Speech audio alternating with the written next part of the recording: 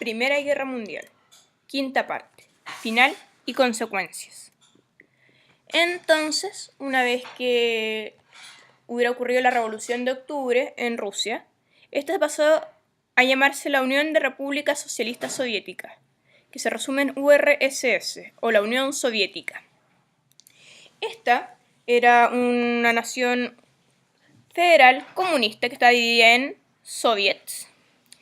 Los soviets eran como estados, pero sin embargo todos obedecían a un soviet central, que estaba ubicado en Leningrado, antiguamente llamado San Petersburgo.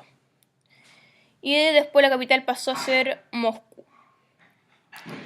Sin embargo, la Unión Soviética se salió de la Primera Guerra Mundial, ya que la mayor parte del pueblo ruso estaba en contra de esta guerra, al igual que los gobiernos comunistas, dirigidos por Lenin. Pero para eso, para salirse de una guerra, un país tiene que rendirse. Y toda rendición trae consecuencias. Y estas consecuencias fueron el Tratado de Brest-Litovsk. Fue un tratado que hicieron los rusos con las potencias centrales, o sea, Alemania, Bulgaria, Turquía, Italia. No, Italia se había cambiado de bando, perdón. Olvidé mencionar en el video anterior que Italia se cambió después al bando de los aliados, ¿ya? Por conflictos con Austria. Entonces, con todos los países de Alemania, Austria, Hungría, Bulgaria, Turquía, etc., tuvo que firmar un tratado de rendición en el que renunció a distintos estados que antes pertenecían a Rusia. Uno de ellos era Finlandia, otro era Polonia, otro era Letonia, Lituania, Livonia, Curlandia, Ucrania y finalmente Besarabia. Eran 8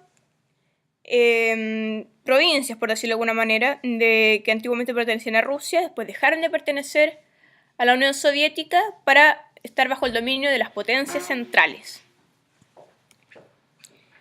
Pero no resultó mucho, ya que pronto Alemania, por temas económicos, no pudo seguir adelante con la guerra, tuvo que rendirse.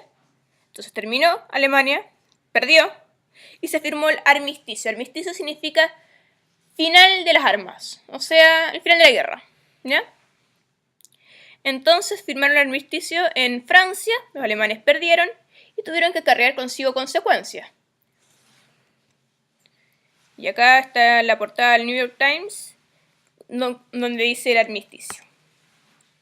Bueno, antes de mencionar las consecuencias, vamos a hablar de este señor que ya lo habíamos mencionado antes, Woodrow Wilson, el presidente de Estados Unidos, que escribió 14 puntos de lo que él pensaba que podría ser bueno para firmar la paz. O sea, él decía, ya, por ejemplo, yo creo que deberíamos castigar a Alemania de esta manera, de esta otra manera.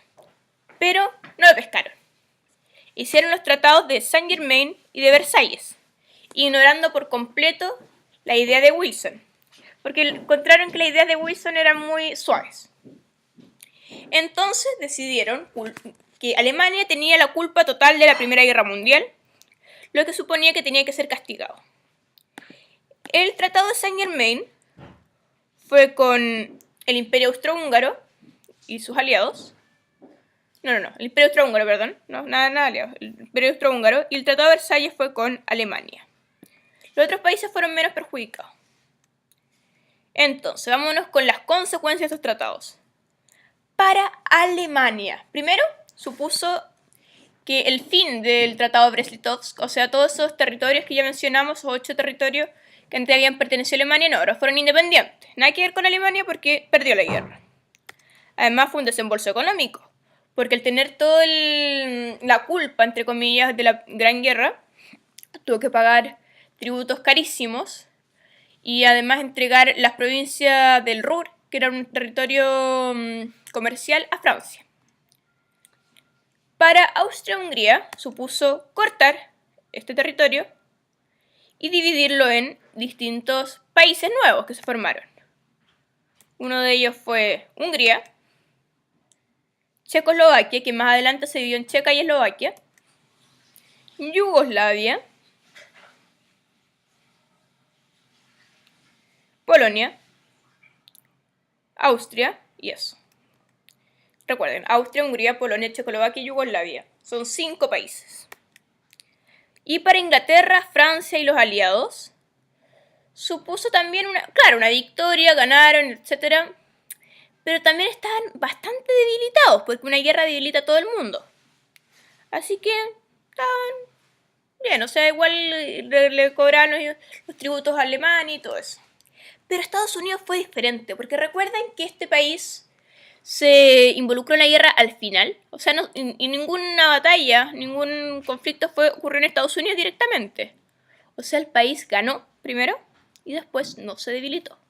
Lo que lo convirtió en la principal potencia del mundo. Voy a escribir acá.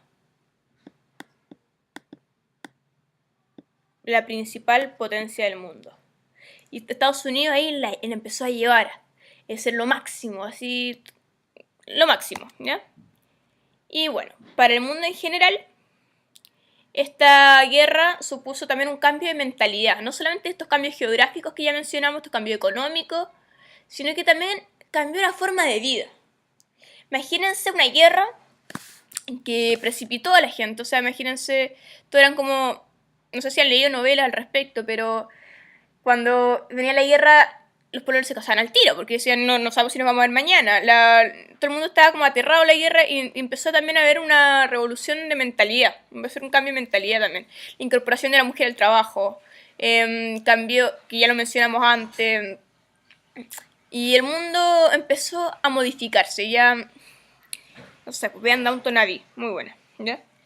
Y eso. Así que cambios geográficos, cambios económicos, cambios políticos y cambios sociales.